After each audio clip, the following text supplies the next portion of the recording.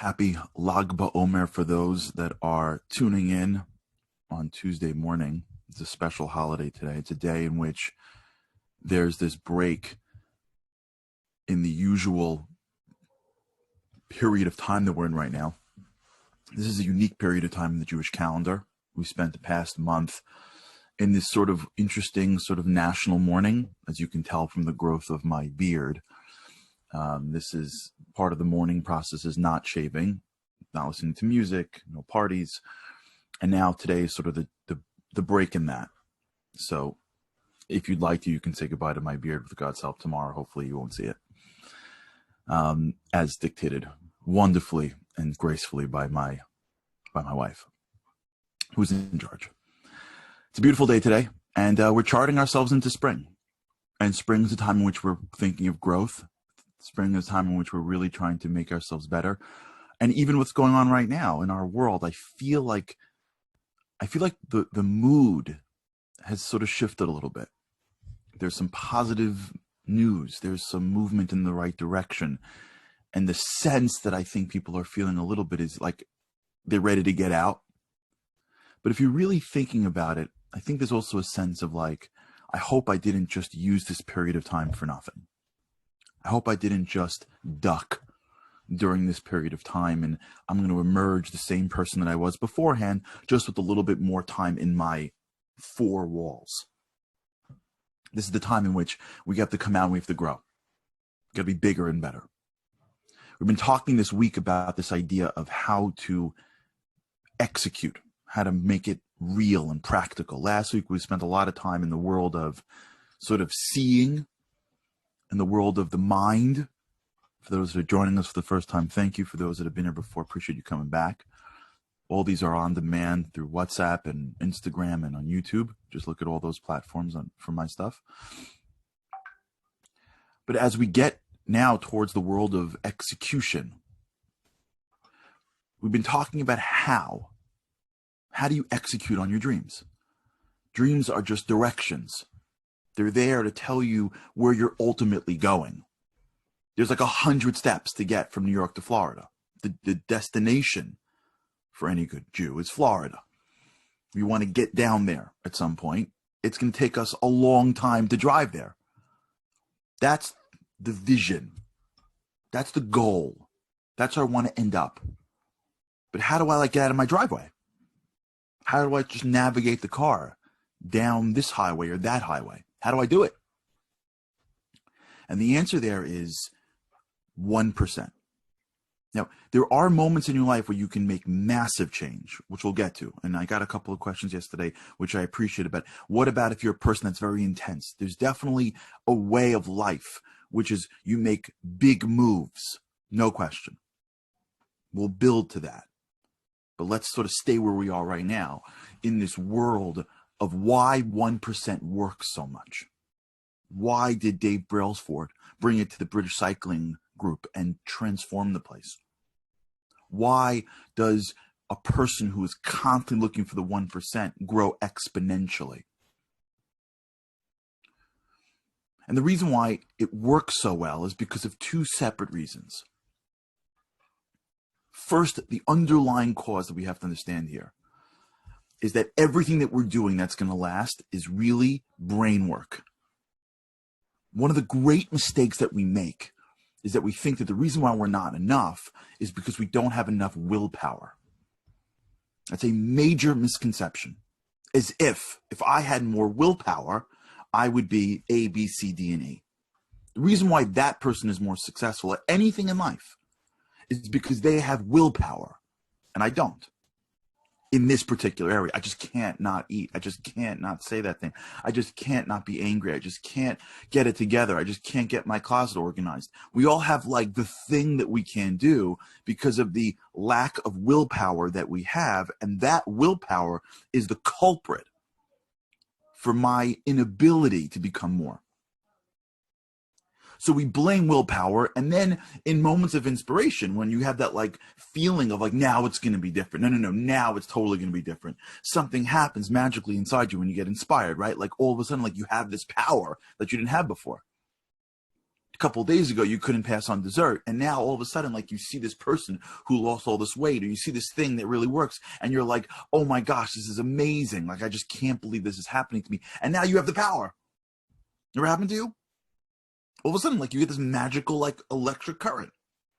And now you didn't have the power, and now you do have the power. Off you go. 1 day, 2 days, 3 days, 4 days, a week. How long does that last? Wake up one morning, you snooze the alarm. I don't want to go to the gym. You come down, you reach for the thing you shouldn't be eating. You sit at dinner again. Just give me one more. Just give me one more. I'll lose weight tomorrow. Round and round we go. Because we have a major misconception that what's blocking us is willpower. So there's a great researcher down from Florida State University. And this professor conducted incredible research. What he did was he took college kids and he put them in 2 separate waiting rooms. He went to the college group and he wanted to see how long kids can last by taking very difficult problems. So he advertised on campus that you'll get paid to come to this lab, and all you got to do is, like, take a hard test. He got kids to sign up. And for half of the group, he split them in half. For half of the group, he had them go to a specific waiting room before they all ended up in the same room for the test, but there were 2 sort of waiting rooms that sort of fed into the test room. That's how I read the research. In waiting room 1 were freshly baked chocolate chip cookies. Now, for a college kid, that's like, forget about it. So they're sitting in the room, they walk in, and the entire room is filled with the aroma of freshly baked chocolate chip cookies. The kids are like, where can I dive? How can I just, like, consume all of these? And as they get closer to the tray of cookies, there was a sign that said, don't touch the cookies. And he had them wait in that room for 15, 20 minutes, just smelling the aroma and not being able to touch it. Then he invites them into the room to take the test, and they last, I think it was an average of 8 minutes. The next group, he has them into a different waiting room. This room, as they walk in, waiting on the table for them was a tray of freshly cut radishes. And it says in the sign, don't touch the radishes. And the kids are like, yeah, no problem. Sure. They sat there for 20 minutes and they walked into the room, and they lasted, I think, an average of 20 to 25 minutes. And he started to explore this aspect in psychology, which I think is mind-blowing. It's called ego depletion. Ego, not from the sense arrogance, ego, the Freudian sense, a sense of self. And here's what he discovered. And this has been, for those who have the book, it's in the book. For those who wanted me to send you a link of some of the research or just more about this guy, I'm happy to. This sort of exploded through a whole world of research. Oh, here it is. Andy already posted it. The chocolate and the radish experience.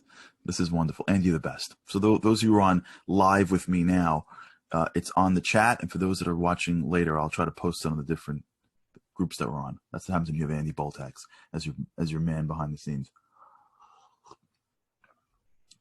It exploded an entire world of understanding. We think that the reason why we're not more successful is because we don't have enough willpower. But what this professor showed, I think his name was Baumgarten. What this professor showed was that actually willpower isn't a resource that you can turn on and off. Roy Baumeister, that's who it is. This isn't something you could turn on and off by some light switch that's inside you. Willpower is a limited resource. And every day, if you can almost imagine, you have a finite amount of willpower. Picture as if you wake up every morning and you have gas in your tank. There's a finite amount of gas in your tank. And you get to choose where you're going every day with that gas. But it's finite. It's not infinite. It doesn't last forever. You just get to choose how to use it. So for the students that walked into a room and they were told they can't touch the cookies, they had to use that muscle called willpower. They had to go to the tank and use it to not touch the cookies. And because they used the muscle for the cookies, they had less of it for the tough test that they had to take afterwards. And the truth is, he wasn't testing them on the test. He was testing them to see how long they would last. It was an impossible test of brain teasers, only designed to see how long they can go for. But for the students that were sitting in a radish group, they could care less. They used no willpower for the radishes, so they had a much stronger muscle, much more gas in the tank for the test they took later. It's like when you work out. You ever do push-ups before? Even if you're in shape and you sit down to do your first few push-ups, you're like, this is a piece of cake. When you get further down the road, however far you can go, you're like, I can't feel my arms. Because a muscle, so to speak, is a finite resource that you can flex only to some extent. And then at some point, it just fails. If you see willpower as a deficiency in your character, you're going to look at yourself and go, I can't do these things. But if you see willpower as a finite resource of which all of us have just one muscle of willpower, you could make it stronger and weaker throughout your life, for sure. You can extend it and weaken it, no question. But at the end of the day, it's a finite resource. Which is why, if you've ever dieted before, you know that you're amazing in the morning and you always collapse at night. Why? Why are you making like an egg and like a smoothie in the morning for breakfast and then like you're just polishing box after box at night? It's because in the morning you have a full tank of gas. In the morning you've got a muscle that's rested from a night's sleep. So that when you go and start your day and you're looking at the food, you're like, I got plenty of willpower for this. Then you got to go through your day. And there's traffic and you need to like use willpower to not get upset. Then you get to the work and this person frustrates you. And then you got to do this. And then you got to like focus on getting your job done. Then an email comes in you didn't expect. And then a phone call comes in. Then you got to go back on the train. You're constantly exercising willpower to say things or not say things, to do things or not do things. Then by the time you get to the end of your day, you get no willpower left. So all of a sudden that same thing that didn't tempt you 7 hours earlier, all of a sudden has you break down. Why is that? Which is why, by the way, honestly, if you look at the schedules of really successful people, it's weighted heavily towards the morning. Because before the day starts and people suck your willpower for you, you want to have enough time to do the things proactively. Because once you start the day, people are sucking your willpower whether you like it or not. It's a whole conversation we could talk about scheduling. And how if you schedule things for the middle of your day, you're less effective. You need to have times when nobody's around, not because you need to be a loner, but because you need things that are not pulling at your willpower.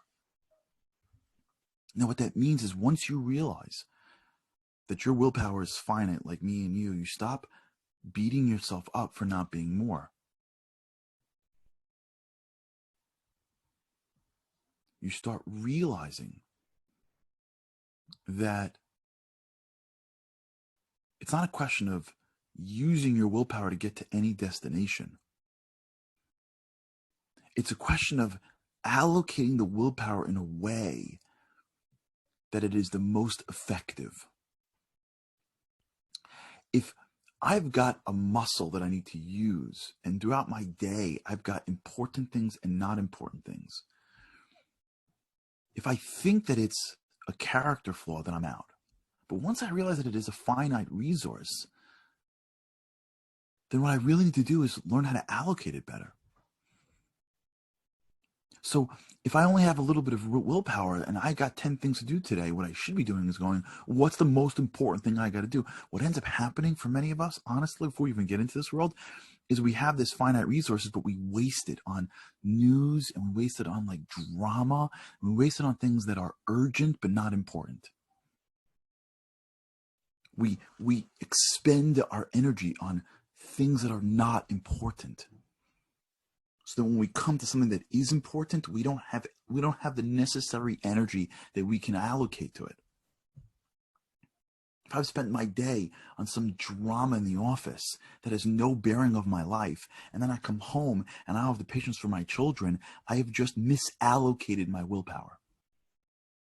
If I'm getting upset by the news that I'm seeing in my head, and I've now lost the ability to answer the emails that I need to answer properly, then I'm misallocating the finite muscle.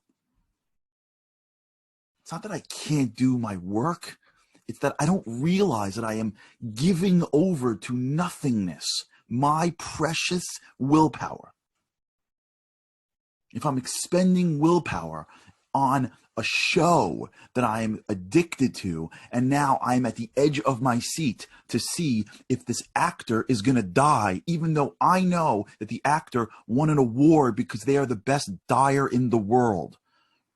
They made $10 million an episode because they die better than, but I have used my morning or afternoon or commute to expend my energy on, I hope that they don't die, and then I get to work. That's why I am not killing it at work. Once we see that the willpower that we have is our most precious commodity, then part of this pregame that we spoke about last week is, where do I allocate it to the most important things that I'm doing? But here's how it comes together. Watch this. And we'll review this, but just let me throw it out today in the 2-3 minutes I have left. Your brain is neuroplastic, which means when you have a thought, the thought continues, right? And at some point it feels normal. It was hard to think of the yellow box as Cheerios. And then over time you kept on hearing it, and now you use brain power to say Cheerios, right? When you were young, it was hard to remember to brush your teeth. And at some point, you've been doing the same thing in the same place so many times that it becomes habituated. And when it becomes habituated, you use zero brain power and you've got clean teeth. It was hard. You needed willpower to get to your office the first time you went there. You had to figure out what exit to get off, what floor to do. Like, use willpower. So that first week of your new job required your willpower. You exercise the muscle to get to your desk, to get to the bathroom, to get to the copier, to figure out how to make coffee. If you do it every single day, that knowledge creates a brain map. It habituates with me. And now it costs zero attention, zero brain power to get to the same desk. So by doing something again and again and again, what ends up happening is you take your willpower and you exercise it on the habit. But what happens to your habits is your habits over time feel like they're you.